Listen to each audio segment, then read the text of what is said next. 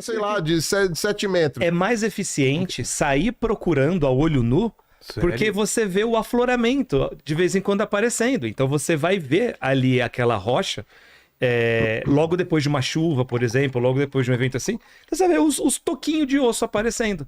Tem o caso, inclusive, né, do Cadillac, um crocodilo fóssil, que tava aparecendo só os dedinhos, né? Tava aparecendo só os dedinhos. E aí você fala, bom, tem duas opções, né? Ou o resto inteiro foi embora, tava só a pontinha dos dedos, ou o resto inteiro tá pra dentro.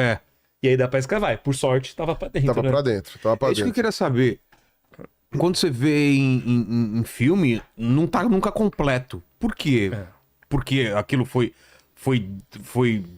com o tempo foi se perdendo? O que acontece? Pode ser várias coisas. Tem vários motivos. Pensa primeiro assim, como é que se forma? Pode ser também, né? Encheu de água e levou uma parte, pode ser também. Pode ser predação, o bicho comeu, arrancou um pedaço, levou embora.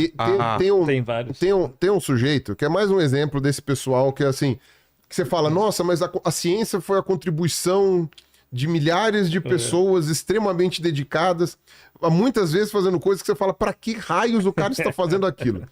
Então tinha um russo, que é o primeiro nome, eu não vou me lembrar o nome dele, é Yuri? Não. Mas o sobrenome dele é famoso, é o Yefremov. Yefremov. O que ele fez? Ele fez ele queria entender como que acontecia depois que os seres vivos morriam. Como que eles eram, como que ocorria o que acontecia com os corpos depois que eles morriam. Então o que acontece? Ele era russo, ele parava lá no meio das estepes lá, não sei o quê, morreu um iaque, sei lá o quê. Ele ficava olhando e anotando. Apareceu um abutre, tirou um pedaço não sei o que, apareceu não sei das quantas, choveu, a pele caiu pro lado de lá, o negócio aqui, ia fazendo isso, até sobrar só o osso, que não sei o quê. E aí depois ele ia olhar, esse osso foi enterrado, esse osso foi perdido, esse osso não sei o quê. Tem isso também, né? Vem animal, pega um osso, leva pra lá. Né? Vem urubu. Aí tem a ver, por exemplo, então, o que acontece, antes de explicar? Esse cara foi o pai, digamos assim, né? A gente chama de pais, né? Foi os primeiros, né? Mas um dos primeiros de uma ciência que é chamada de tafonomia.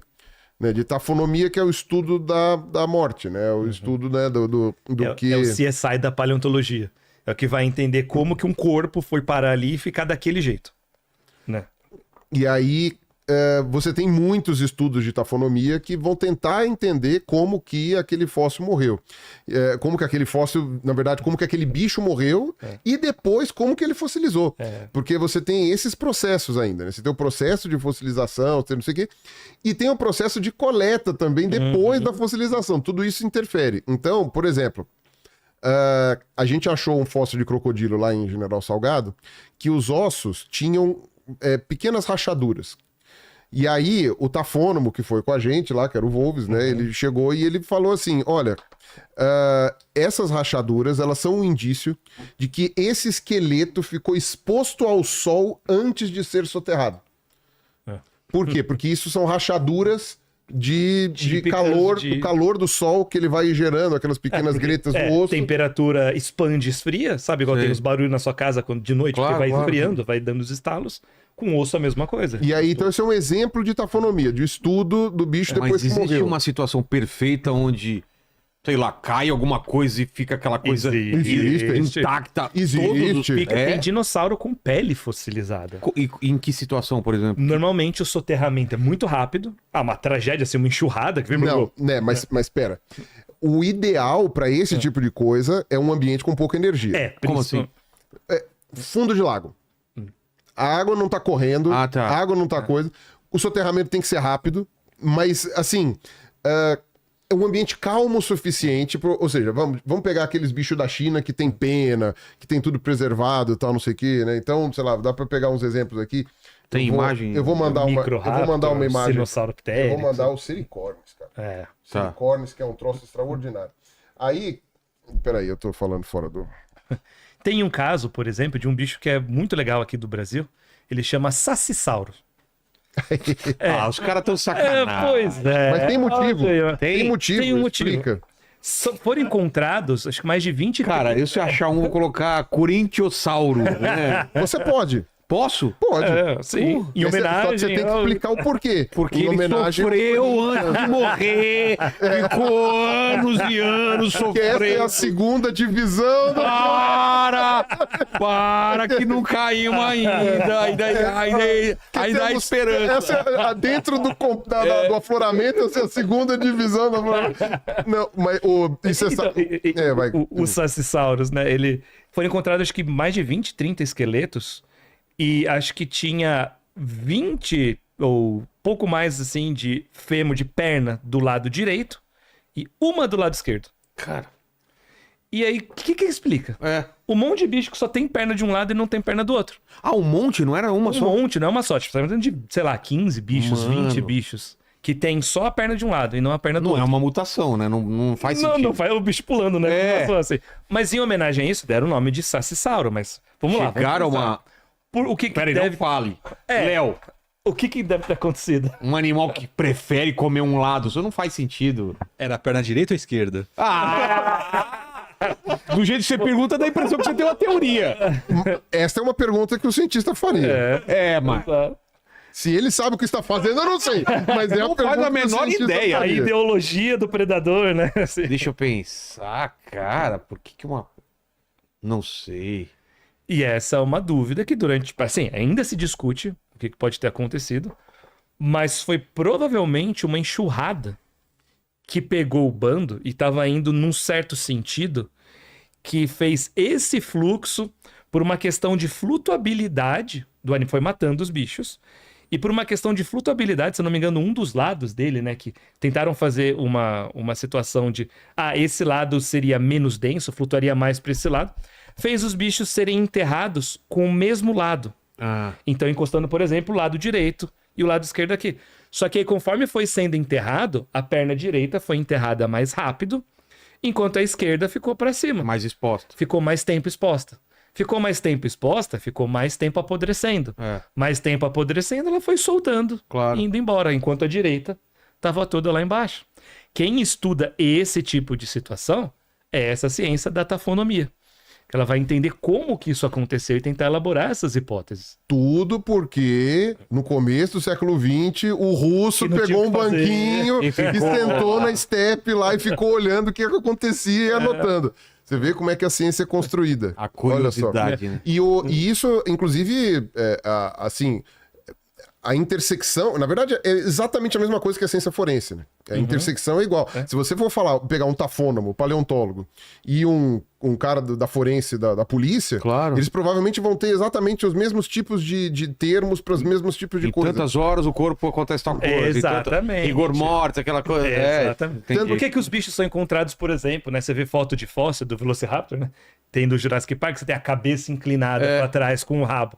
Porque é o rigor mortis, né? Que tem, o bicho morreu, ficou um tempo exposto, deu aquele rigor, O músculo o contrai. músculo contrai, puxa- o bicho puxa puxa o pescoço e pra trás. depois ele é enterrado. Então significa que ele ficou um tempo exposto antes de ser enterrado. Entendi. Ali, provavelmente. É bicho muito grande, tipo os saurópodes, né? Os pescoçudos. A maioria das vezes você vai encontrar o quê deles? Vértebra do meio do corpo. E, vai- e osso longo. E osso longo. Por quê? Por quê? Olha, pera lá, eu vou fazer. Tá. Essa eu vou aceitar. Porque precisa de bicho grande pra engolir essa parada e não acertei. Mas não é só isso. Nossa. Quer ver? Vou tentar ver, vou pegar. Vai desenhar? Vamos ver Quem se. sabe faz ao vivo. Vamos ver. Oi! Ô, louco, meu. Brincadeira. Esse Vilela, bicho. Mano. Que é isso, Léo? Ah, que Vila mandou. Netel, eu já vou falar desse bicho. Ah, ó. tá. Dá uma olhada aqui, ó. Vamos brincar Aqui, ó. que isso aqui é o saurópode. É onde que ó. pega aqui. Aqui, ó. Ó, tá aqui, ó. Esse aqui é o corpo do saurópode. Isso aqui ficou ruim pra caralho esse. É, porque é transparente, né? Ah, É. aqui é melhor. Pera aí. Aqui acho que já dá pra ver melhor. Não, ó. Não. Vou pegar aqui, Ainda ó. não. Esse aqui é o. É que o transparente não dá pra ver direito, né? Ah, mais paciência. Ó, esse aqui é o corpo do saurópode. Tá, Aqui é o pescoço, aqui é o rabo. tá. O bicho morreu. O bicho morreu. O que vai embora mais fácil? Ah, essas coisas aqui. O que sobra? O que, Mais que sobra? Isso aqui. E onde tá as vértebras do meio e as pernas? Aqui? tempo. Exato. Exatamente. É mais pesado. ele demora mais, assim, é mais difícil de arrastar, tem maior chance de ficar mais tempo sendo enterrado, enquanto que, e quanto mais pra ponta, pior. Assim, pontinha Mais fininho, pontinha de dedo, pontinha do rabo, cabeça, normalmente são as primeiras coisas que vão desarticulando e vão sendo carregadas pra longe. Então é aquilo, é leve, tá muito na ponta, é um bicho muito comprido. Saurópodes é um bicho muito comprido. Então, vai enorme, a cabeça. sim. A cabeça tá lá longe, imagina, o bicho morreu aqui, a cabeça tá ali, depois da parede. Tem bicho que tem 11 metros de pescoço. Só de 11 pescoço. metros só de pescoço. Aí o corpo dele morreu aqui, entendeu? A cabeça dele tá em outro estado. Ele vai tipo, a cabeça se perdeu. E a gente tem sorte de ter esses crânios, desses bichos de 11 metros de pescoço, mas é porque acharam vários indivíduos. Aí, por probabilidade, né? Aí você acha. Mas você tem lugares que tem uma preservação tão extraordinária que a gente consegue achar a preservação, inclusive, dessas partes mais frágeis, menores e menos propensas a se fossilizar. E depois a gente pode até falar do caso do dinossauro que a gente escavou. Sim. Mas, por exemplo, esses que estão em um museu natural, ele não tá completo. Algumas coisas são... Geralmente não está. E normalmente quando você vê exposto montado, 98% das vezes é réplica, não é original. Os caras não vão, né, deixar exposto. Não só por Na verdade, isso... deixa. Às vezes deixa. Às vezes você vê alguns, se você for no museu e você vê o mais antigo e você vê um monte de arame circundando cada osso, normalmente é o real. Porque o fóssil pesa. As pessoas não têm muita noção do peso que é, mas aquilo é uma rocha, de alguma forma. É muito pesado. Para você fazer uma sustentação, que nem, por exemplo, quando eu fui pro Museu de Los Angeles, eles têm um Triceratops montado original ali no meio. 100%. 100% original. É a montagem de 9 indivíduos. Então eles acharam 9 indivíduos de tamanho similar e conseguiram montar. Então, por exemplo, esse indivíduo tinha uma perna direita completa, mas faltava metade da esquerda. Mas aquele indivíduo ali a gente achou uma perna esquerda. Então vamos lá, eles fizeram a montagem que é pro público ver. Então ele não tá exatamente perfeito. Você vê que uma perna um pouco mais curta que a outra, um braço mais curto que o outro, mas eles não mentem. É um Frankenstein. Eles não mentem. Tem ali um diagrama na legenda com cores diferentes indicando os nove indivíduos que eles usaram para juntar. Mas ele tá inteiro original e montado. Você vê toda uma questão de aço, de cabos de aço mantendo a mandíbula e fazendo coisa, porque o peso de cada um daqueles ossos é enorme. Ainda mais porque a gente tá falando de um bicho paquidérmico, né? Um bicho muito, muito compacto, né? E muito, muito grande, né? O Triceratops chegava o quê? A 9, 10 metros também de comprimento e era um bicho com proporções de elefante. Então era um bicho muito grande, assim, só que a base de aço que eles têm aqui para segurar e tal, de metal, é reforçada, e a mulher lá ainda me explicou, olha quem veio. Lenny. E a mulher lá que trabalha lá, ela me explicou que ainda por cima, como é Los Angeles, eles têm que adaptar para terremoto. Porque eu cheguei e falei assim, mas mano, como é que vocês expõem um negócio dele se aqui tem terremoto? Eu falei assim, então, tem uma empresa especializada em montagem de dinossauro para exposição com terremoto. Como que... Ela só existe lá, essa empresa. Mano... Deve trabalhar no Japão também. Talvez no Japão. Né? Tem um sistema de amortecimento que nem usa em ponte. Sei. Sabe, um sistema de amortecimento que é como se fosse uma borracha que funciona como se fosse uma mola. Que é justamente... E os ossos não encostam um no outro. Eles têm todos uma pequena... Como se fosse uma área de dilatação, mas não é uma dilatação. Mas tipo, que é justamente para quando balançar... Ter uma sustentação e não quebrar. Mas aí você vê que o fóssil é original por causa disso. Porque você vê essas estruturas extremamente complexas para montar. E é muito comum em museu velho, museu antigo. Então lá no Museu de Paris você vai ver lá no museu do Yale, lá o Peabody lá de Yale, você vai ver. No Museu Britânico você vai ver. Em museus mais novos ou em exposições remodeladas, o pessoal tem tirado os originais ou pelo menos tirado da montagem. Então, por exemplo, em Nova York, você tem o T-Rex famosão lá, que inclusive foi usado, né, de modelo, né, para fazer o... Não lembro agora se para fazer o Jurassic Park, eu não me lembro agora. World. Do Jurassic World, não lembro agora. Mas enfim, esse tiranossauro, o corpo dele tá praticamente inteiro lá. O fóssil original tá praticamente o corpo inteiro dele montado ali, né? Menos o crânio. Por quê? Porque o crânio é muito pesado e se ele ficasse ali suspenso naquela altura, não sei o quê. Imagina que acontece qualquer coisa. Cai, espatifa mata, todo. E pode matar alguém. E pode matar Em alguém. cima de alguém. A gente tá falando de rocha, é muito pesado. Só que aí o que acontece? O pessoal vai chegar lá e vai falar: esse crânio é falso, eu quero ver o de verdade. Aí como é que eles resolveram isso? Fizeram uma réplica, puseram lá para o bicho ficar bonito, e o crânio de verdade, ele tá numa redoma de vidro na frente. Então o crânio tá no chão, você vê o crânio original, ele tá inclusive com as deformidades, né? Porque durante o processo de fossilização ele dá uma amassada e tal. Vai deformando o bicho. É que o T-Rex era um bicho tão robusto, tão impressionante que, tipo, mesmo amassando ainda fica uma coisa muito tridimensional. Mas quando você vai ver, seria realmente muito pouco inteligente meter aquilo ali no bicho montado. Porque não só não ia ficar tão bonito porque tá amassado, como também é um troço de, sei lá, 300 quilos pendurado lá, não sei o quê. Se cai, se quebra, se estraga. E a vantagem é para estudar o material. Quando vai um pesquisador de algum lugar e vai lá para estudar o material, ele não tem que pegar um andaime, subir não sei aonde, no meio da exposição, com gente vendo, e nesses lugares é um saco trabalhar com o material que está em exposição. O pesquisador vai lá, remove a cúpula de vidro, estuda o material, tira foto, mede, não sei o que, põe a cúpula de vidro. Então, tipo, você também tem essa questão de colocar os materiais originais em laboratórios, que é para facilitar o estudo. Então, você deixa para o público uma réplica, para as pessoas verem como é, e o original fica na coleção guardado, com a temperatura adequada, com a iluminação adequada, com todas essas coisas, para não ir estragando, entendeu?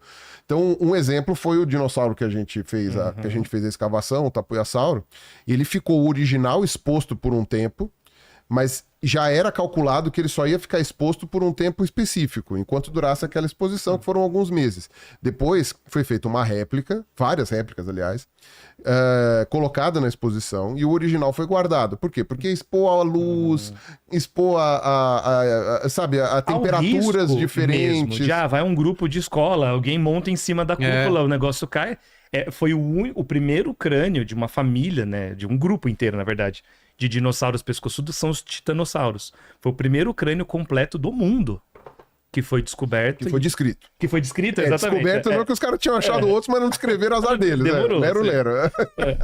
Mas que foi um bicho que a gente fez parte das escavações, foi lá em Minas Gerais, na cidadezinha chama Coração de Jesus. Olha que bonito, tinha um dinossauro no coração de Jesus. Tá vendo? Que coisa bonita. E quem que encontra os fósseis, né? Como é que a gente sabia que tinha um fóssil lá em Coração de Jesus?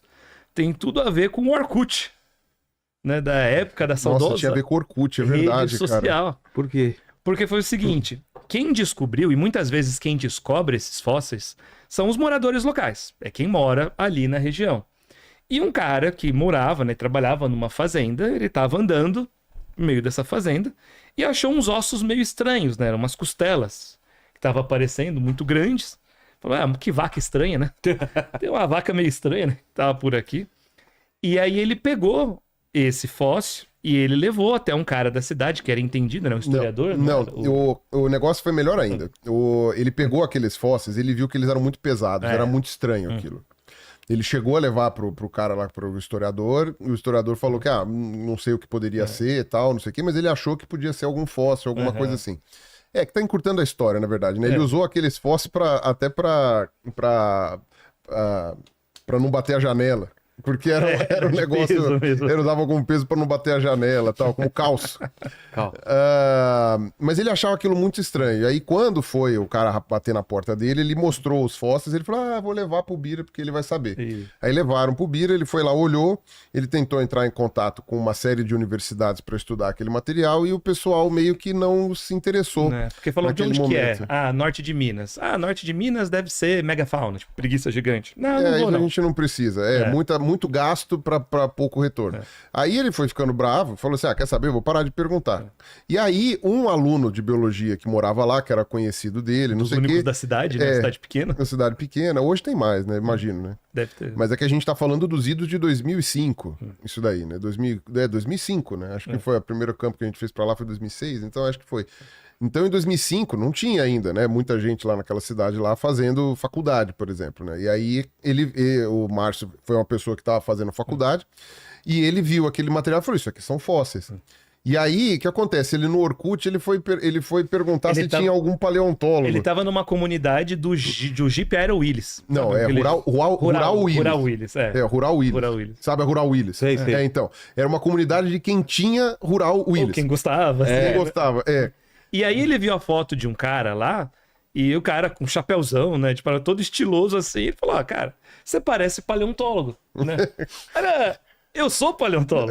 Foi né? uma coincidência. Que era o tafônomo que o Pirula falou, que trabalhou justamente lá também. Que Fazia era o- parte da equipe de colaboração lá do museu. Que era o Wolves, É. Ele ajudou bastante. E aí ele fez esse contato, né, com a gente.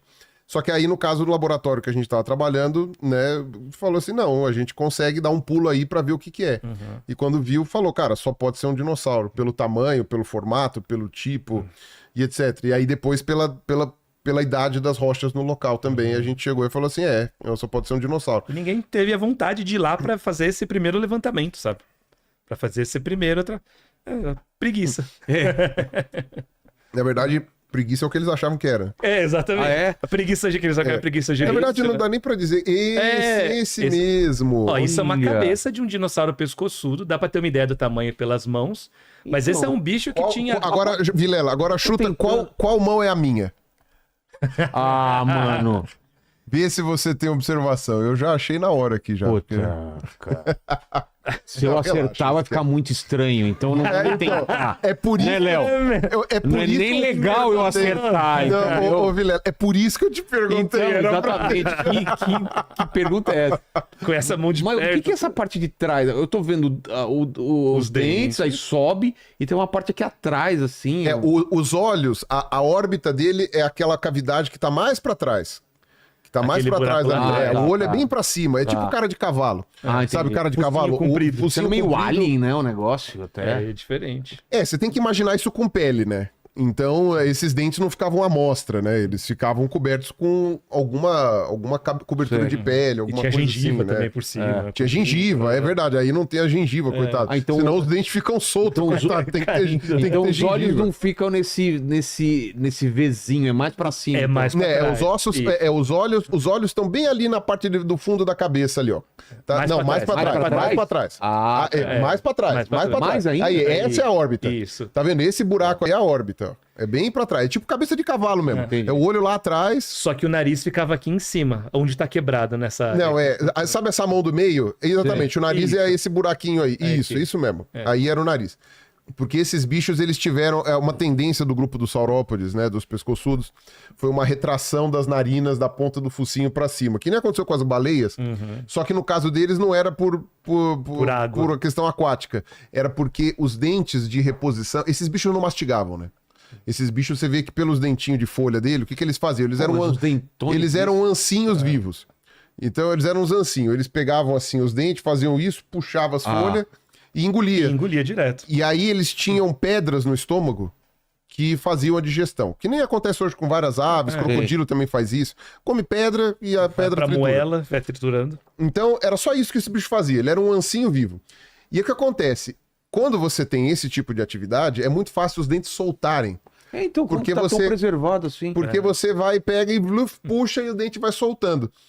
Então, se você fizer uma tomografia, a gente fez tomografia disso daí, dentro do focinho dele tem trocentos dentes. Dentro, como se fossem linhas de reposição, assim. Várias linhas de reposição de dente. Porque caiu um, Ah, tá. já O tem o outro já tá outro. a postos pra- Caiu outro, já tem outro para repor. Caiu outro, já tem outro. Então, a tendência do grupo inteiro dos saurópodes foi essa. E aí, para você ter toda essa linha de dente de reposição, Será que a gente acha alguma ilustração pra... Eu queria ter uma Acha. ideia disso, como... como tem, que mas, era? não, mas no artigo Você do não Tapuia, mandou? Tem no artigo. Então, Tem. você mandou foto do Pera lá. Tapuia? Não? Não, uma representação artística disso? Tem? Não, tem a tomografia, acho. Mas Não, mas o Vilela É falou uma de representação artística. Uma paleoarte mesmo pra ver o bicho. Tem a do Leandro, né, que ele fez. tem a do Leandro e tal. Tá. Mas ó, uma coisa que...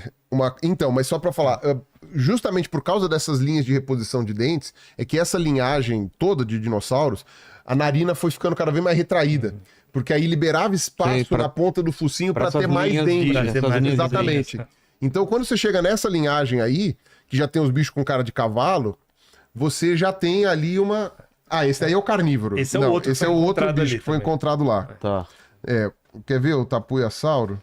E Tem uma aqui, coisa... tem aqui o crânio dele, tem a réplica do crânio dele pode aqui, ser, ó. pode Vou mostrar. pegar essa réplica aqui. Mas uma coisa legal também de pensar é justamente isso. O quanto que a gente tem que comparar com bichos atuais, mas não tem nenhum bicho parecido com isso hoje em dia. Porque uma maneira pra você entender como esses animais viviam é comparando. Tá, legal, tipo, aparece um crânio de cavalo, mas o pescoço é de uma Tem nada a girafa, ver. não tem nada a ver com Caralho, que é achou isso, aqui, velho? ó. Aí, essa é a réplica que a gente fez, que foi o crânio quem fez foi Ô, o... Léo, você encontra com um negócio desse à noite aí, velho. Hein? Mas é que tá sem gengiva, tá sem coisa. mas Porque ele tá com esse dente ali fora. Nossa, mano. Quer ver? Eu vou fazer uma reconstrução, eu vou mostrar uma reconstrução pra eu ver o bicho mais bonitinho. Mas, Olha isso, enfim, esse crânio, quem fez foi um grande amigo nosso, que é o Jorge Blanco, que é um artista, um paleoartista argentino. E ele que montou o crânio, que ele pegou aquele crânio fóssil que a gente tava segurando, e ele tirou as deformidades. Sei. Ele não precisou completar porque aquele crânio tá completo mesmo. Ele só tirou as deformidades. Aquele buraco, tem um círculo lá em cima. É assim Então, mesmo? esse é o narina. Essa é a narina. Aí é por onde ele Essa é a recebe. narina. Tipo elefante, sabe? Que a Como narina ele no fica meio da longe, cabeça. Cara, que doideira. É muito diferente. Então, não vai comparar com É o que muito hoje em diferente. dia. Não tem nada assim. O anel esclerótico serve pra ver onde tá a órbita, tá vendo? Que o olho dele era lá pra cima, ó. E essa gota aqui, o que é?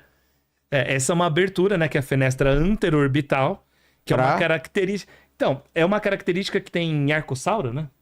É arcossauro, todos. Que é pra diminuir um pouco, talvez, o peso do crânio. Então, esses bichos, eles têm aberturas na frente, diminui a densidade. Entendi.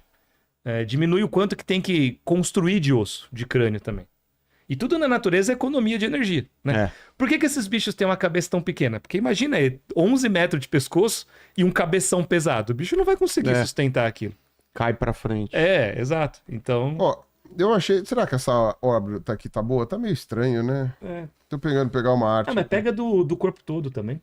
Ó, que interessante. Essa daqui tá legal, legal, hein? essa tá bonita. Caio Fantini. Eu não conheço esse paleoartista aqui. A gente gosta sempre de dar o crédito dos artistas, porque é tão filha da puta ficar fazendo esses desenhos que tem que valorizar. E quando você pede né? pra inteligência artificial fazer dinossauro, Ficou horroroso. Nossa, cara, inteligência Ó, artificial Léo, dá uma pira olhada nesse último que eu te mandei tudo. agora. Eles misturam com alienígena. com Ó, umas essa é a coisas. reconstrução Nossa, desse Caio Fantini, que Nossa, eu não conheço. sensacional. Que lindo Caio, isso, cara. Caio, Parabéns, obrigado, Caio. Parabéns. Não te conheço. Tô usando você no Vilela aqui, desculpa, tá? Mano. Mas dá uma olhada na reconstrução que ele fez, tá vendo? Fica um pouco menos assustador. Ah, falou, Pirula. Agora, se eu ver um bicho desse, abraço, legal. né? Cara, é uma viagem imaginar que essa textura, por exemplo. Na verdade, mais ou menos. A gente tem alguns exemplares de bichos da mesma linhagem, não desse fóssil específico, mas bichos dessa linhagem a gente tem exemplos de pele impressa, de impressões de pele. Sim. Então, por causa disso, a gente meio que consegue extrapolar, né, para uma pele que é até um pouco similar à dos lagartos de hoje. Então a gente consegue meio que saber como que era a textura. Que também não foge muito do tipo de textura de qualquer mamífero de grande porte. Se você for ver um elefante ou um rinoceronte, eles têm uma pele mais grossa, porque precisa ser grossa, primeiro para aguentar a tensão do peso do próprio bicho, né? Então imagina, se o bicho tem uma barriga de, sei lá, de 30 toneladas, cara, a pele, fino. não, a pele dele em não cima tem aguenta. que ser um tarugo desse tamanho. Então E você tem que ser elástico pra aguentar, tipo, o peso, né? Tudo dessa força. e que a ele faz. respiração e tudo mais. Então a gente sabe que não era uma pele fininha. Tudo bem, a cabeça do bicho era particularmente pequena comparado com o tamanho do corpo, mas você consegue fazer então uma extrapolação. A gente não tem a pele da cabeça, mas se todo o resto tinha essa conformação, então provavelmente a cabeça tinha essa. E esse não é um dos maiores pescoçudos de todos os tempos. Esse bicho aqui, ele tinha um tamanho de um ônibus, mais ou menos, e ele é um dos menores pescoçudos que a gente tem. Na verdade, é uma linhagem de saurópodes anões. Mas essa ideia de ter pescoços longos é para alcançar árvores? Qual que é a função que a gente vê em girafa, por exemplo? É o mesmo pensamento ou não? A ideia, até onde o Jeff tinha me falado, do mais próximo, né? Esse é o que eu lembro também. O Jeff é um paleontólogo especialista em saurópodes. que é amigo nosso, que é lá dos Estados Unidos. O Jeff, ele fala assim, é a melhor maneira de você comer o máximo de planta possível sem ter que sair do lugar. Sem mexer o corpo. Então, Tipo um guindaste. exato. isso, tipo um guindaste. Mexe pra cá, pega um pouco pra Sabe, cima, um pouco pra baixo. Ou aquele- Pronto, você esquadrinhou toda Sei. essa área com esse pescoço, aí você dá 2 passinhos pra lá. E tem toda uma área nova, assim. E consegue. Porque esses bichos tinham que comer planta o dia inteiro. O dia inteiro. Não podia parar o de dia comer. inteiro. Era o dia inteiro comendo. E sabe o aspirador de pó? Parece um Chico? pouco comigo. Ele era pesado. O dia inteiro comendo. Que tem aquele corpão de metal pesado, mas a mangueirona longa, que você vai fazendo tudo isso e tal. Como é que é? A mangueirona longa. Ah, né? é? Mas Isso não você pode, ouve, né? não pode ter não pode, Mas eu ouvi tudo que você falou. mas não pode ter outra explicação? Pode, assim, no começo da evolução, tem gente que comentou também. Antigamente tinha a interpretação que esses bichos tinham o pescoço bem mais elevado. Não, bem mais pra cima. por exemplo, de ter uma vegetação, uma coisa, umas árvores gigantes. Não pode ter isso? Então, a primeira interpretação que eles deram foi, na verdade, uma das primeiras interpretações é que esses bichos eram aquáticos. Ah, é? E que a narina ficava pra cima pra ele respirar, assim, em Tipo, cima d'água. é. Mas ele andava no fundo de um lago. Tá. A gente sabe hoje que não. Depois, então o pescoço era alto igual da girafa, pra pegar É. folhas mais altas. Só que quando você olha pra anatomia do pescoço e você tenta fazer esse encaixe, hoje em dia a gente interpreta que o pescoço não ficava tanto pra cima, mas ficava bem pra frente mesmo. O da girafa, ele não tem essa mobilidade toda? Ele até tem Não, pra e- baixar, mas a posição natural dele é pra cima. Ah, entendi. Não, e a girafa? Se a gente visse esse bicho na natureza, a gente não ia ver como girafa. Não, que tá sempre assim. a posição original da maioria desses tinha um outro que ficava mais ereto, mas da maioria desses era com o pescoço pra frente Ah, é? mesmo. Então ainda você vê aquele negócio, um troço comprido, assim, enorme. Rabo, pescoço e um corpinho no meio. Entendi. Assim.